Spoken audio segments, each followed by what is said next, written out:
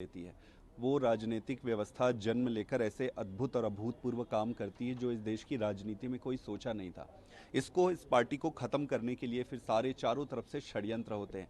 ये पार्टी भगवान की कृपा से, जनता के आशीर्वाद से सरवाइव करती है, फाइट करती है। जब ये इस पार्टी को रोक नहीं पाते तो उनके सारे लीडर्स को जेल में डाल देते हैं, सारे लीडर्स को जेल में डाल देते हैं 2-2 साल से। तो ऐसी परिस्थिति में न्यायालय का ऐसा जो आदेश, ऑर्डर आया है, वो निश्चित रूप से बहुत सुखदायी है। और मेरा ये मानना है कि पार्टी इंपॉर्टेंट नहीं होता है, देश इंपॉर्टेंट होता है। देश के हित में ये बहुत ज़रूरी है कि कोई तानाशाह आकर किसी एक पार्टी को, किसी विपक्षी दल को इस तरीके से खत्म करने का प्रयत्न ना करे। इसलिए ऐसे जजमेंट्स देश के इतिहास में स्वर्ण अक्षरों पे लिखे जाने चाहिए। लेकिन ईडी के जिस कार्रवाई को और गलत करार दिया, उस मैटर को सुप्रीम कोर्ट ने लार्जर बेंच को ट्रांसफर किया है, उस पर क्या उम्मीद है आप लोगों को? देखिए, आपको समझना पड़ेगा, सेक्शन 19 जो है अरेस्ट के प्रीमाइसेस सेट करती है। सेक्शन 45 में बेल के प्रीमाइसेस सेट होते हैं। बेल लेना पीएमएलए में सबसे कठिन होता है, सबसे ज्यादा कठिन होता है। उस पे जिसके ऊपर आपने शिकायत किया है उसी को यह प्रूफ करना पड़ता है कि मैंने कोई गुनाह नहीं किया है।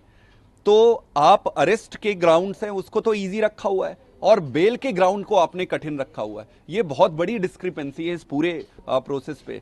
तो ऑनरेबल कोर्ट ने इसको लार्जर बेंच को रिफर किया है।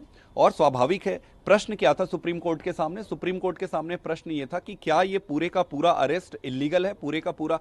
तो इसको एक लार्जर बेंच पे रिफर किया है। अगर ये इतना आसान होता, इतना सिंपल होता, अगर अरेस्ट सही होता तो वो खुद ही निर्धारित कर दिए होते। लार्जर बेंच पे गया है, इसका मतलब उसको और इन्वेस्टिगेट करेंगे। आपको ये समझना पड़ेगा कि कोई छोटा मैटर नहीं है। दिल्ली पर क्या?